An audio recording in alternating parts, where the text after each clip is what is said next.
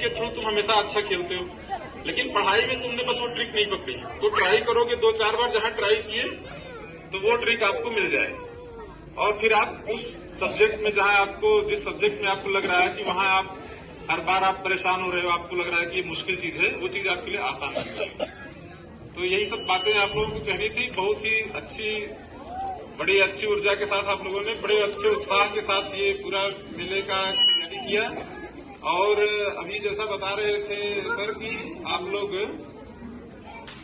ने कुछ उपचार संबंधी प्रशिक्षण लिए हुए है ना, जैसे जिसमें अपने पर्सनल जो स्वास्थ्य है उसकी चिंता करना, और प्लस परिवार में अगर कोई बुजुर्ग बीमार होता है, इस विषय पे मैं थोड़ा सा आप लोगों से कहूंगा कि थोड़ा यहाँ आपको एक और मामले में सामूहिकता दिखानी है, और वो व्यक्तिगत रूप से भी दिखानी है और सामूहिक रूप से भी दिखानी है कि इस क्षेत्र में नशे ने बहुत लोगों को बर्बाद किया, बहुत लोगों का नुकसान होता है ना।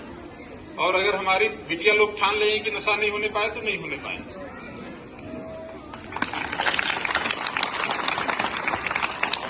इस चीज को आप ये भी देखें अपने व्यक्तिगत, पारिवारिक, सामाजिक तीनों स्तर पर। जैसे आपने बताया ना, स्वास्थ्य किसी का खराब हो रहा है, उस स्वास्थ्य के खराब होने के पीछे अगर आप टेक्निकल रीजन में जाओगे, बहुत सारे लोगों का स्वास्थ्य केवल इस वजह से खराब हुआ है कि कहीं न कहीं से किसी नशे आदि की चपेट में आ गए, तो उसके कारण से परेशानी उठानी पड़ रही है। आप लोग जानते ही हो कि अगर नशा वगैरह किया जाए तो निश्चित ही रूप से उससे आपका स्वास्थ्य खराब होगा, और अगर बड़े पैमाने पर नशा हो रहा है तो बड़े पैमाने पर स्वास्थ्य खराब होने का कारण भी क्या है, नशा है ना।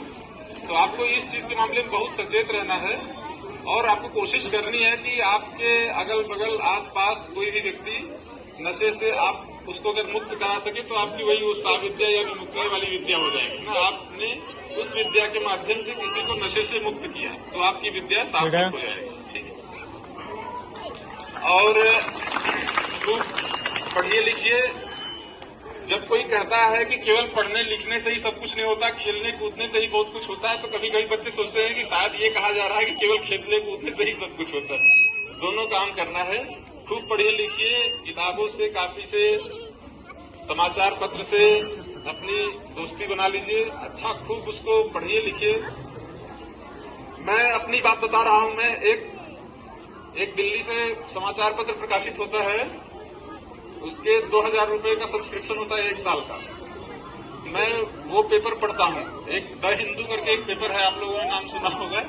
मैं वही पेपर पढ़ता हूँ, और मैं सवेरे सो के उठता हूँ, 6 बजे उसका रिमाइंडर आता है, मेरे पे नोटिफिकेशन आता है, तो मैं 6 बजे से उस पेपर को पढ़ने लगता हूँ। दिन भर में 2-4 चीजें पढ़ लिया तो मुझे लगता है कि ठीक है। और वो ऐसा नहीं कि मेरे लिए बहुत जरूरी है उसको पढ़ना।